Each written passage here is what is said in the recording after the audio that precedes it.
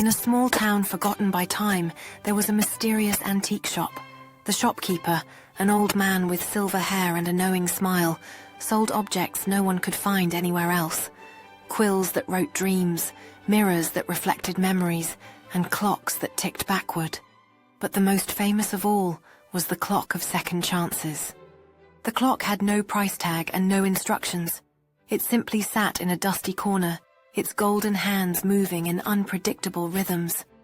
Legend said it could rewind time, but only for a single moment, a chance to redo a mistake, to undo a regret.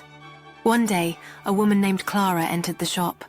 She was haunted by guilt over a harsh argument with her sister years ago, just before her sister had moved far away. They hadn't spoken since.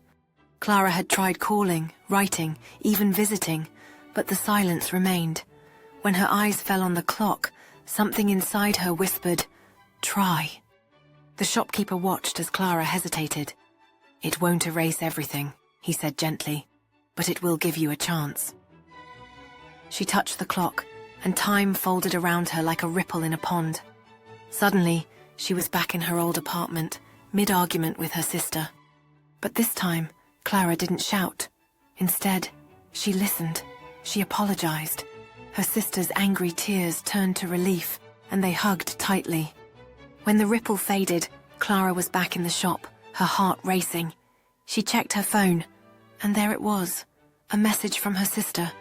"I miss you. Let's meet soon." The shopkeeper smiled as Clara left, tears streaming down her face. Outside, the clock's hands ticked gently, waiting for the next soul brave enough to rewrite their story. In that quiet town, as night began to fall, Clara felt lighter, knowing she had turned back time for just a moment.